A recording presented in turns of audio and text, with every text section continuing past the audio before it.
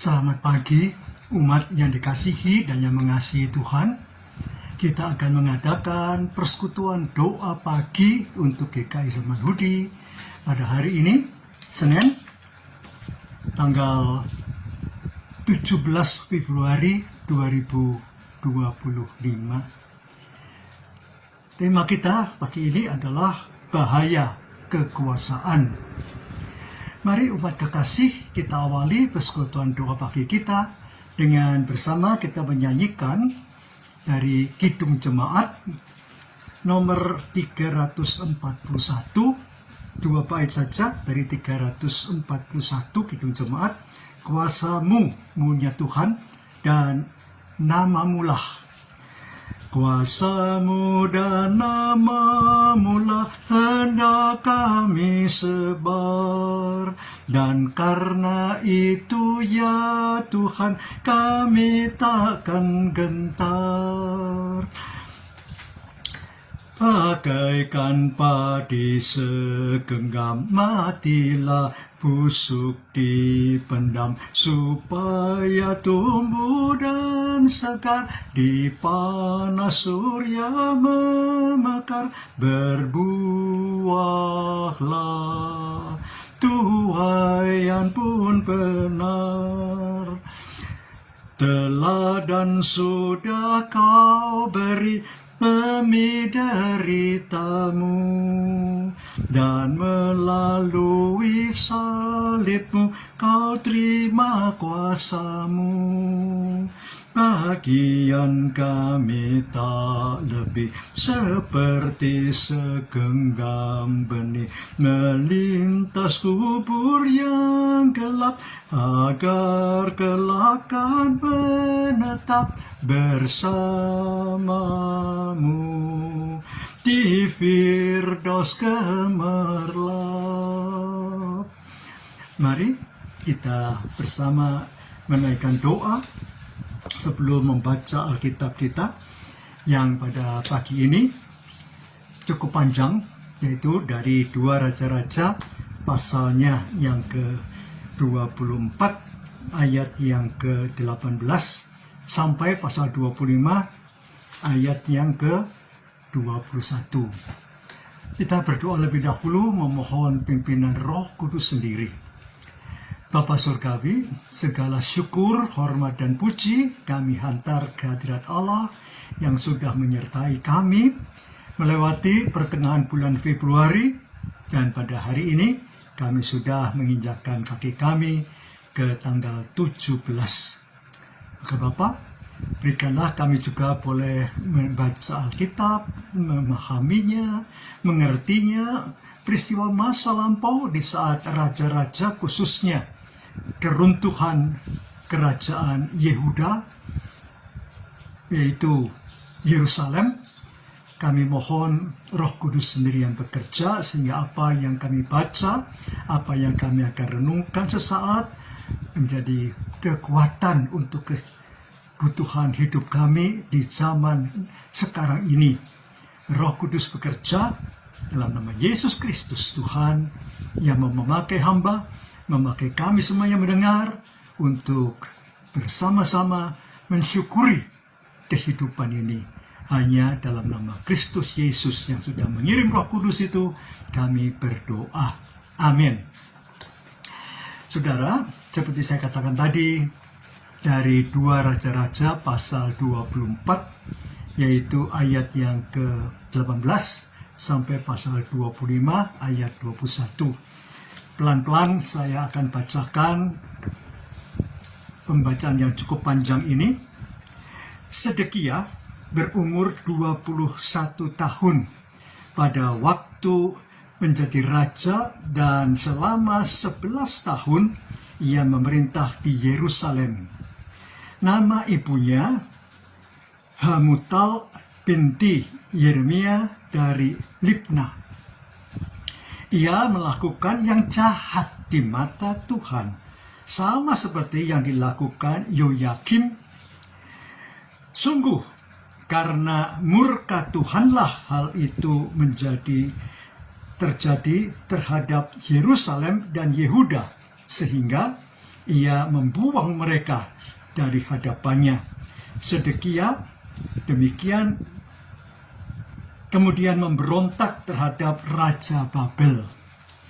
Pada tahun ke-9 pemerintahannya, pada bulan ke-10, tanggal 10 bulan itu, datanglah Nebukadnezar Raja Babel dengan seluruh tentaranya menyerang Yerusalem. Ia berkemah mengepungnya dan mendirikan tembok pengepungan sekelilingnya.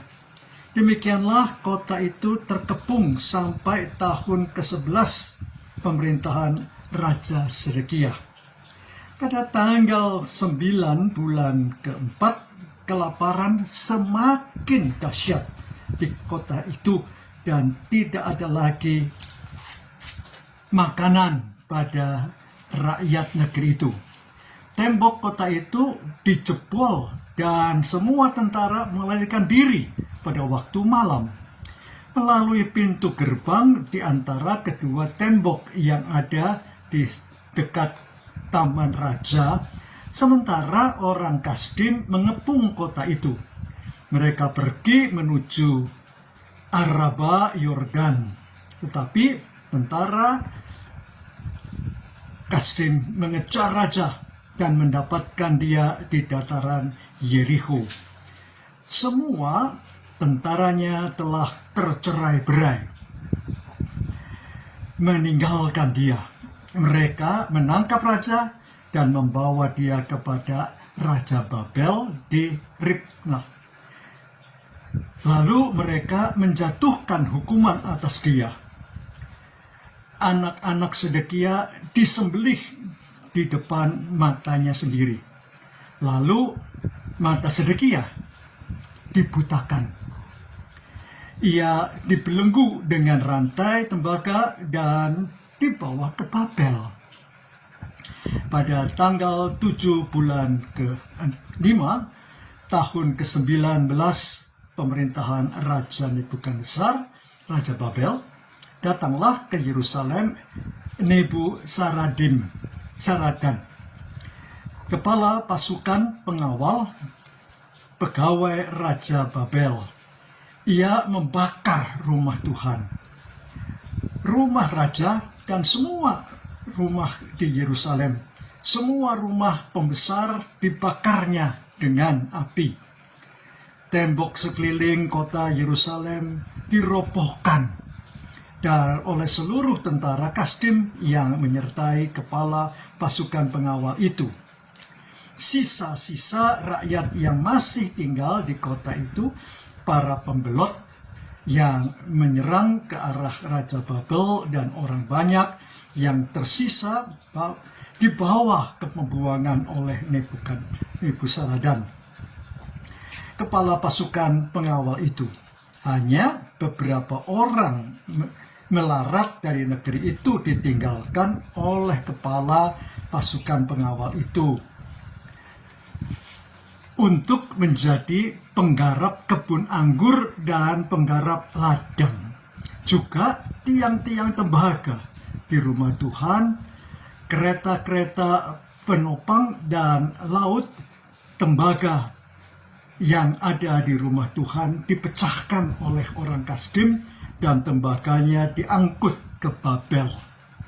Mereka mengambil kuali-kuali, sekop-sekop, pisau-pisau, cawan-cawan, dan segala perlengkapan tembaga yang dipakai untuk menyelenggarakan ibadah.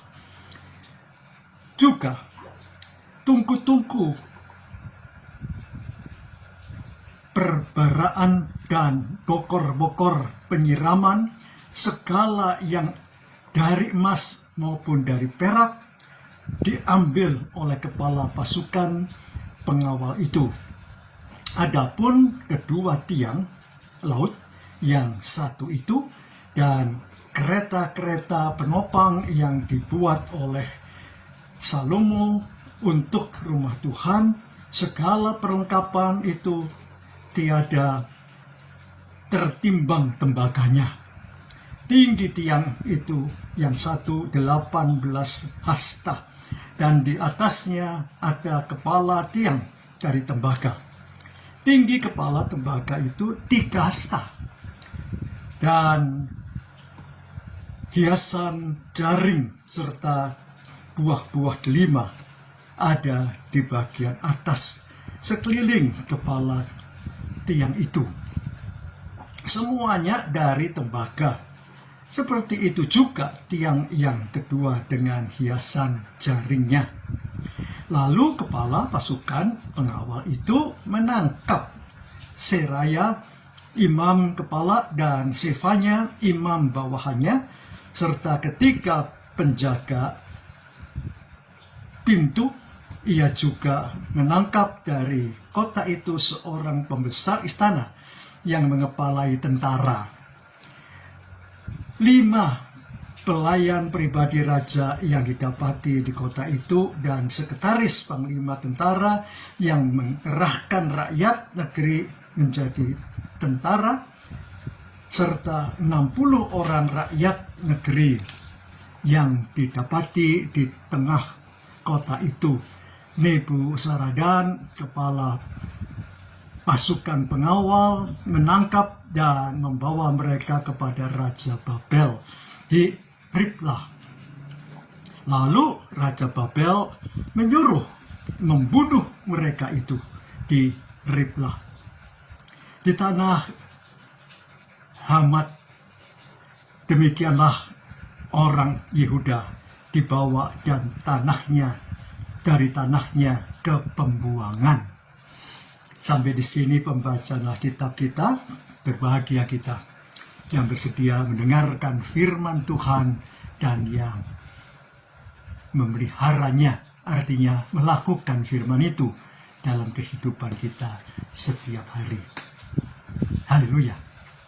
Saudara, tema kita bahaya kekuasaan. Sedekia memerintah 11 tahun, cukup lama saudara. Tapi ternyata ia dikatakan dalam pembacaan tadi jahat di hadapan Tuhan. Karena apa? Karena menyembah berhala. Percaya pada juru tenung dan dukun-dukun. Membuat bukit-bukit pengorbanan untuk ilah-ilah orang Kanaan. Nah, ini yang gak diperkenan Tuhan. Allah menginginkan totally umat Israel, umat Yahudi itu menyembah Dia. Tapi Sedekia justru melanggarnya.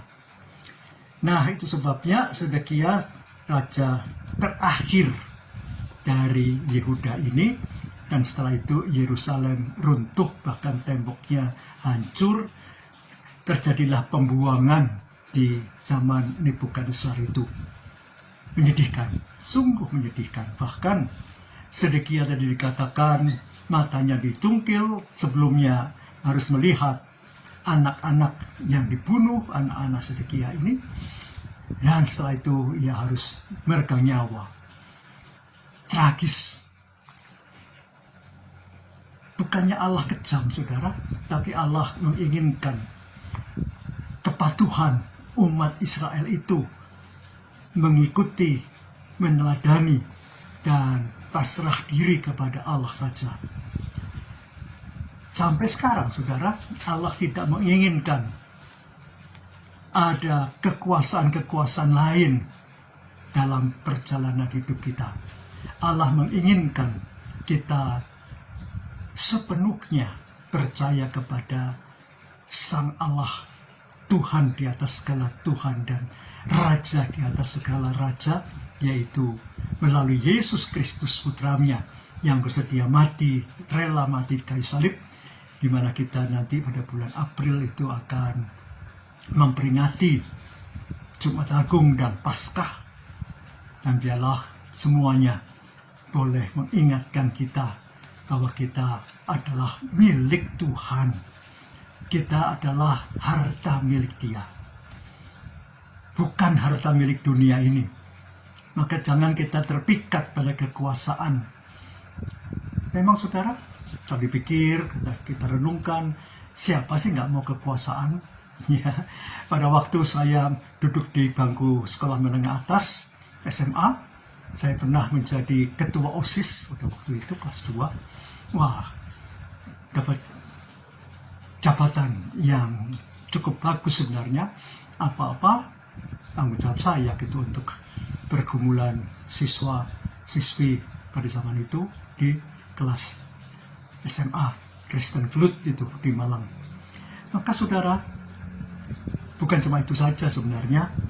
Pada waktu di gereja juga saya pernah menjadi ketua komisi pemuda dan sebagainya. Tapi saudara, itu semua hanya sementara.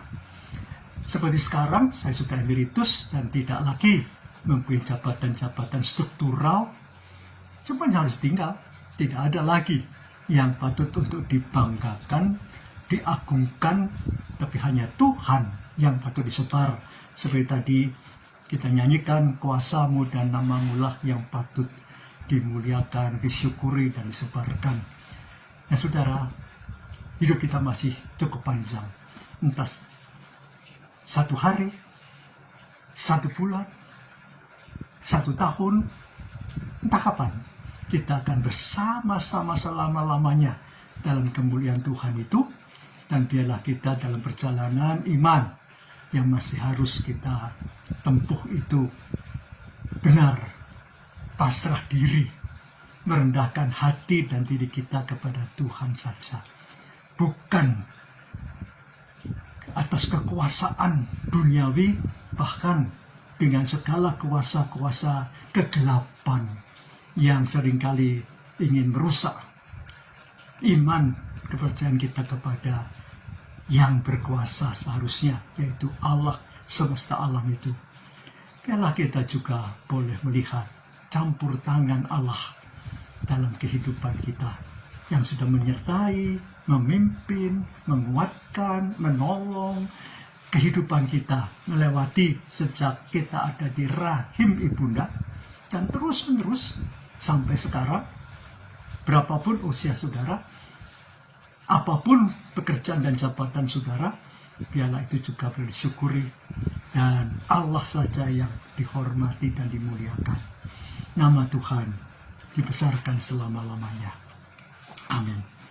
Kita akan bersama memuji Tuhan sebelum doa syafaat kita naikkan. Kita nyanyikan dari Kidung Jemaat 450, ya. Kidung Jemaat 450 ketiga bait, karena nyanyian ini agak pendek. Bait pertama, ketiga, dan kelima. Hidup kita yang benar haruslah mengucap syukur, dalam Kristus bergemar, janganlah terkebur. Dalam susah pun senang, dalam segala hal aku bermazmur dan ucap syukur, itu kehendaknya. Apa arti hidupmu? Bukankah ungkapan syukur, karena Kristus penebus berkorban bagimu. Dalam susah pun senang, dalam segala hal aku bermazmur dan ucap syukur, itu kehendaknya. Tuhan Yesus tolonglah, sempurnakan syukurku. Roh Kudus berkuasalah di dalam hidupku. Dalam susah pun senang, dalam segala hal aku bermazmur dan ucap syukur, itu kehendaknya. Mari kita datang dalam doa. Bapa, Anak, dan Roh Kudus, terpuji nama Tritunggal yang Esa dan yang berkuasa atas seluruh ciptaan sejak dunia ini Bapa, Anak, dan Roh Kudus buat. Dan Kejadian pasal 1 itu sampai sekarang tetap Engkau pelihara. Walaupun ada banyak bencana, ada kebakaran hutan, bahkan kebakaran satu kota, di Amerika, tapi Bapa tetap menjagai, tetap memelihara mereka yang harus merelakan rumah mereka, harta milik mereka, karena itu bukan yang kekal. Ada rumah surgawi, ada kerajaan Allah yang masih diharapkan. Kami juga ya Bapak masih mengharapkan bersama-sama Tuhan saja. Sementara kami ada di dalam dunia ini, masih bergumul dan berjuang untuk sesuap nasi, masih harus mempergumulkan berbagai pergumulan kehidupan. Biarlah Bapak, kalau kami mempunyai kekuasaan, kami bukan dicengkram oleh kekuasaan itu, tapi kuasailah kami ya Bapak, umat Tuhan, sehingga kami boleh melihat campur tangan Allah saja dalam kehidupan kami. Ampuni Bapak, kalau kami mungkin sudah bertindak salah, mengandalkan hikmat kami, mengandalkan akal budi kami, mengandalkan keterampilan dan kepandaian kami. Bapak, kami juga mempunyai berbagai macam hal, rekan-rekan dan saudara-saudara kami yang sakit, Bapak juga yang menolong mereka, ataupun yang kesusahan, ataupun yang mereka mencari pekerjaan, Bapak jangan kau tinggalkan.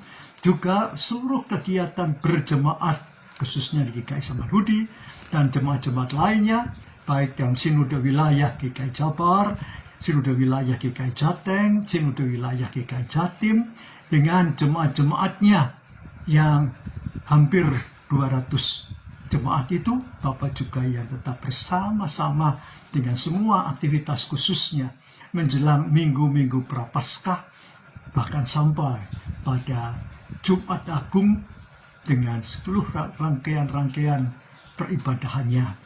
Berkati pemerintah bangsa kami, jangan kau tinggalkan juga dengan Presiden Prabowo Subianto, juga dengan Gibran, juga dengan semua pembantu-pembantu presiden, khususnya Bapak, kalau ada menteri-menteri yang kurang bijaksana, engkau juga boleh mengubahnya untuk menjadi memiliki hikmat yang daripadamu. Bapak, kami juga membawa dalam doa kami untuk berbagai hal lainnya. Bapak tetap bersama-sama dengan doa-doa pribadi kami yang kami naikkan kepadamu. Bapak, terimalah doa kami, karena kami datang dalam satu pengantara kami yang hidup dan setia, Yesus Kristus Tuhan, yang memberkati kami, yang menguduskan kami, memelihara dan memberkati. Terima kasih Bapa, Anak dan Roh Kudus. Amin. Tuhan memberkati saudara kini dan selama-lamanya. Amin. Bagi Bapak Ibu yang memiliki pergumulan khusus dan ingin didoakan, bisa menghubungi rekan-rekan pendeta di nomor berikut.